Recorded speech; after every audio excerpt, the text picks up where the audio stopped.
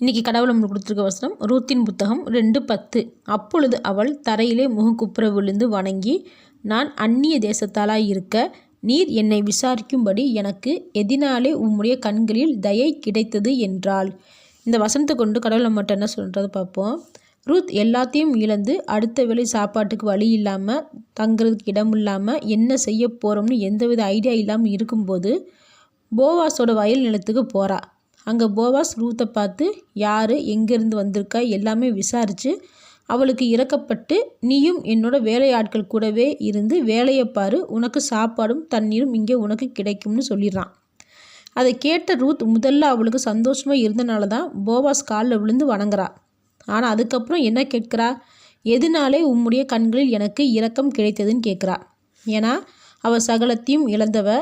போவாஸ்னால் அவளுக்கு எதுவும் ஆபத்தோ இல்லை அசிங்கமோ வந்துரும்னு நினச்சி இப்படி கேட்குறா.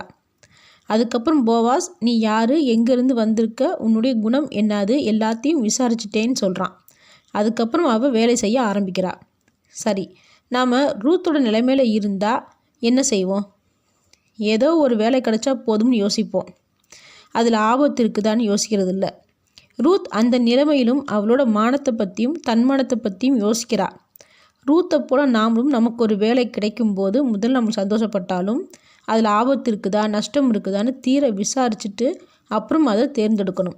நம்மளோட அவசரத்துக்காக சிக்கலான வேலையில் போய் மாட்டிக்கக்கூடாது. ஆமேன்.